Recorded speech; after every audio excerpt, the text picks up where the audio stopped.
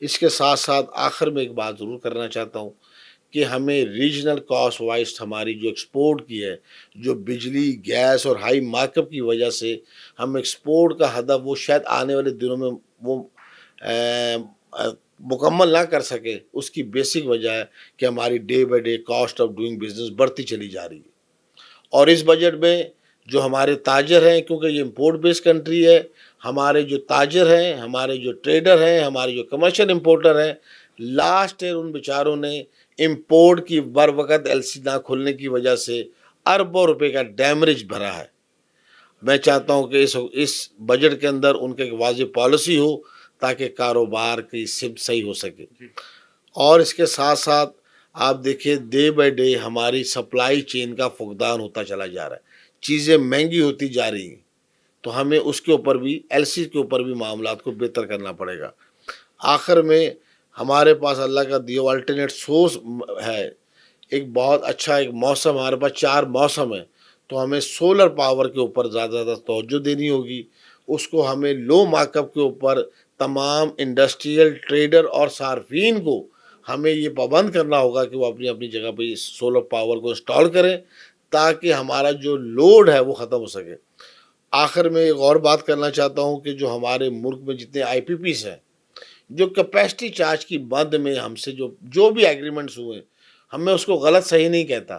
آج کے اس دور کے اندر جو کیپیسٹی چارج کی مد میں جو پیسے دیے جا رہے ہیں، اس کو ریویو کرنا چاہیے ان ایگریمنٹس کو، اور میں تو سمجھتا ہوں فی الفور ختم کرنا چاہیے تاکہ اب ہمارے اس ملک اور یہ جو معیشت اور صنعت کار و تاجر اب مزید بوجھ اٹھانے کے قابل نہیں ہے۔ جی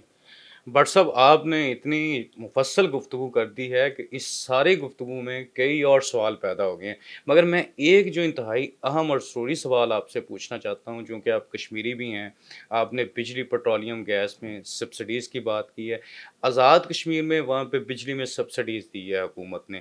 وہ منگلا ڈیم اور منگلا ڈیم اب پاکستان بھر میں مشہور ہے کہ منگلا ڈیم جب بنا تو کشمیریوں کو بڑی بڑی وہ جاگیریں دی گئیں، زمینیں دی گئیں، اس کے پیسے دیے گئے، اب پھر وہاں پہ وہ بات ہوئی اور وہاں پہ ریلیف مل گیا، اچھی بات ہے۔ پاکستان میں کیوں نہیں بجلی کی پرائسز میں ریلیف مل رہا؟ دیکھیں بات یہ ہے جس کا میں نے آپ سے ابھی ذکر کیا کہ جس دور میں بھی آئی پی پی سے ایگریمنٹس ہوئے، جی اس وقت کی وہ تقاضا ہوگا، جی اس وقت وہ ضرورت ہوگی، جی پر آج کا تقاضا یہ ہے کہ کیپیسٹی چارجز کی بات کو ہمیں فی الفور ختم کرنا چاہیے۔ اور آپ دیکھیں کہ صنعتی پہیہ ابھی سست روی کی وجہ سے ہاف پروڈکشنز پہ چلا گیا۔ جی ایک M D I fix tax جو لگا ہوا ہے، آپ کی انڈسٹری چلے نہ چلے، آپ کے کمرشل مارکیٹس چلیں یا نہ چلیں، آپ کو M D I fix tax دینا ہوگا، تو ہمیں اس کو بھی فی الفور ختم کرنا ہوگا۔ آپ یہ دیکھیں بہت سے ایسے بزنس ہیں جو سیزنل ہیں، جی اس کے اوپر بھی M D I fix tax لگا ہوا ہے، تو یہ وہ تمام چیزیں ہیں جس کو ہم نے کٹ آف کرنا ہے۔ اگر ہماری doing of cost of business بڑھتی چلی گئی اسی طرح تو ہم کسی اور سمت چلے جائیں گے۔ پاکستان میں پولیٹیکل اسٹیبلٹی کو آپ اکنامک اسٹیبلٹی سے جوڑ رہے ہیں، آپ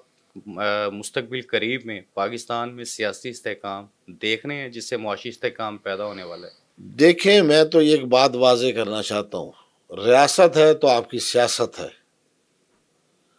اور سیاست جو ہے وہ ملک کے اوپر اس وقت ہو سکتی ہے جہاں سیاسی اکبرین بصیرت کے ساتھ، ملک کے حب الوطنی کے ساتھ معاشی ڈرائیو کریں۔ اور میں اس بات پہ بالکل واضح ہوں اور پوری انڈسٹری واضح ہے، پورے تاجر اس بات پر آج متفق ہیں کہ حکومت 10 سالہ معاشی ٹریک دے تاکہ ملک کی سمت صحیح ہو سکے، اور اس کے ساتھ وہ تمام سیکٹرز جو ہم پہ بوجھ ہیں، جیسے پی آئی اور بہت سے سیکٹرز ہیں جو ہم پہ اضافی بوجھ ہے، جو اپنے انکم خود نہیں کر سکتے، اسے پبلک پرائیویٹ پارٹنرشپ پہ دے دیں تاکہ وہ اپنے وزن سے خود اٹھ سکے اور خود کفیل ہو سکے۔ دیکھیں وقت کے تقاضوں کے ساتھ ہر فیصلے ہوتے ہیں، پر اگر اس فیصلوں کو لنگر آن کریں گے تو اب معیشت اور معاشی تقاضے ہمیں اس بات کی اجازت نہیں دیتے کہ ہم فیصلہ بر وقت نہ کریں۔ پاکستان میں معاشی استحکام کس طرح آ سکتا ہے؟ ملک میں ترقی اور خوشحالی کے پائیدار حالات کس طرح پیدا ہو سکتے ہیں؟ یہ آپ نے تجاویز سنی نائب صدر Lahore chamber of commerce and industry Adnan Khalid but صاحب کی۔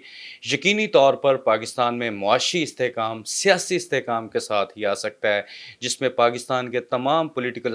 اسٹیک ہولڈر اور قومی سیاسی قیادت اور ہمارے سیاسی و قومی اکابرین کو ایک پیج پر متحد ہو کر پاکستان کو معاشی سیاسی بحرانوں سے نکالنے کی ضرورت ہے۔ عبدالحنان چودھری کو دیجیے اجازت، آپ سے ہوگی پھر ملاقات۔ اللہ نگہبان۔